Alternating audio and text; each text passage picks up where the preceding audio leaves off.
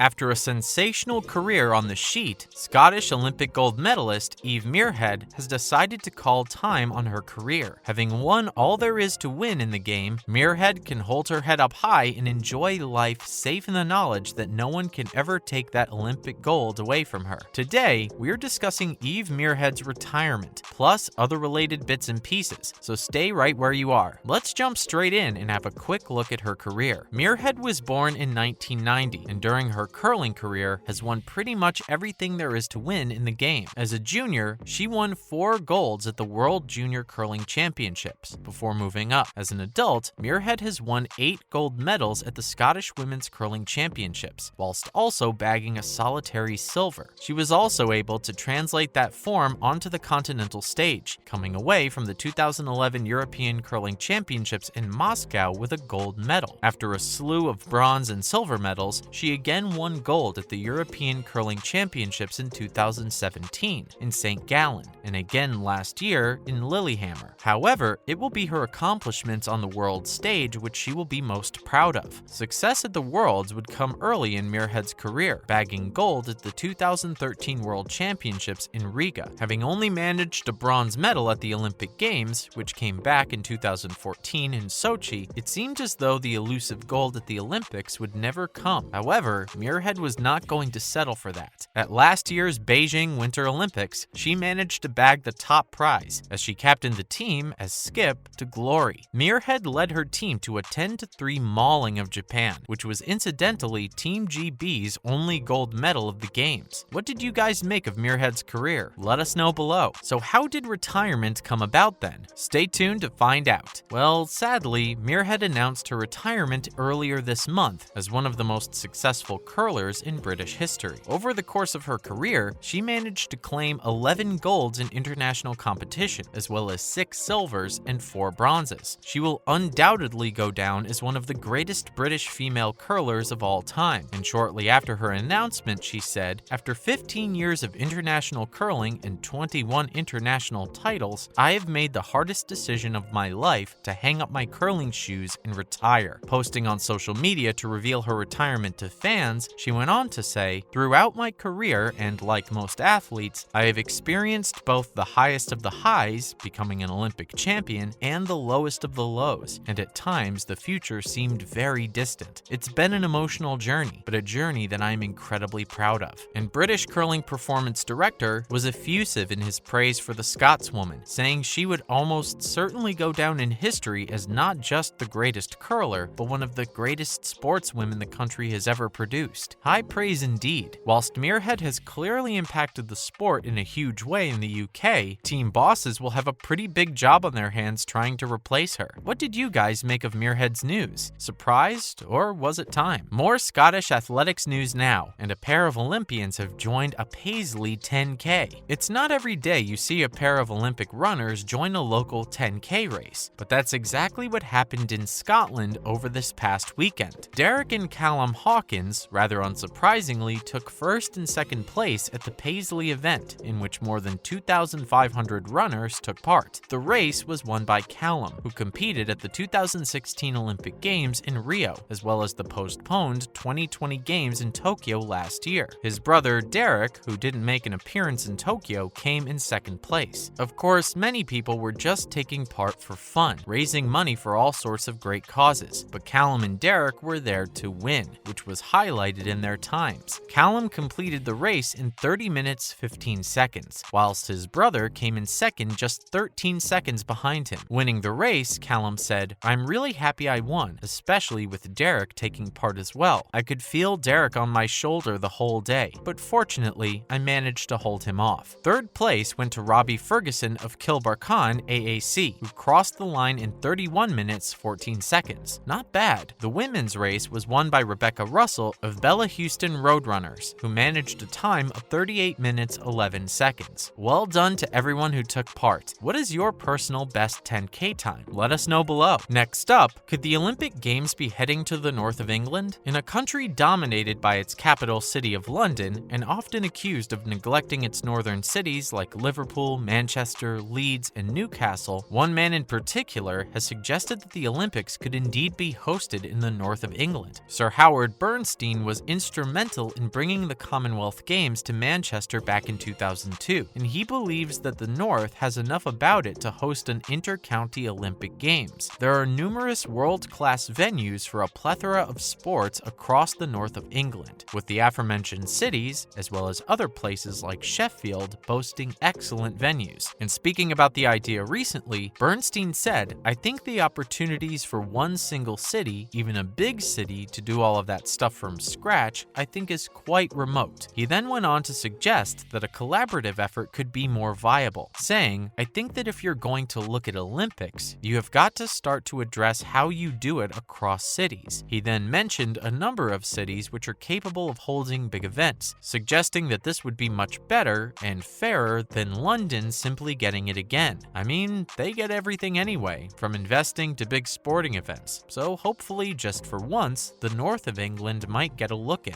Do you think a shared Olympics is viable? Some pretty unsavory International Olympics news now. Stay with us. Late last week, it was revealed that a Japanese official who served on the organizing committee for the 2020 Olympics has been arrested on suspicion of corruption. Haruyuki Takahashi was accused of taking backhanders from a high street retailer as a thank you for preferential treatment during the games. Takahashi, 78, is thought to have banked somewhere in the region of £315,000, which is a substantial amount in anybody's language. The company in question, Aoki Holdings, were an official partner of the games, but documents which were uncovered recently suggest the company has paid Takahashi on the understanding that he would provide them with certain perks in the lead up to and during the games, which are yet to be revealed. The payments are alleged to have taken place over the span of about 5 years, as Takahashi banked the money via a company he was running at the time. Officials are thought to be combing through past payments to see if any more rules have been broken in relation to the former Dentsu Inc. executive. 3 other people have also been arrested in connection with the scandal, so this one is sure to rumble on for some time. What do you guys make of all this? With such vast sums of money floating around in the build-up to any Olympic Games, is this just par for the course? Let us know what you think below. And finally, could the Olympics be heading to Saudi Arabia? With accusations of sports washing being leveled at the Saudi government of late, surely Olympics organizers wouldn't be willing to tarnish the reputation of the Games by gifting it to Saudi Arabia, could they? Having taken over Newcastle United via their public investment fund last season, as well as hosting high-level boxing fights, most recently the world heavyweight title fight between Anthony Joshua and Alexander Usyk this past weekend, the Saudis have been accused of sports washing, the practice of a government using sports to improve their global reputation by drawing attention away from other controversial practices. The Saudi government views the Olympics as their ultimate goal, which comes as part of a strategy to attract investment and improve their economy by moving away from their reliance on oil. Saudi Sports Minister Prince Abdulaziz bin Tariq Al Faisal said recently, "Our main focus now is the 2034 Asian Games. We're open to discuss with the IOC about this Olympics for the future. I think Saudi Arabia has showcased that we can host such events. However, critics have simply said that allowing big events to be held in a country with such a horrific human rights record simply legitimizes their policies." Where do you guys stand on the issue? As usual, thanks for dropping in on us today, and remember to swing by again next time for some more fun reveals. And why not do us a big favor by liking today's video, whilst also sharing it with any Olympics fans you might have on those socials. Bye guys!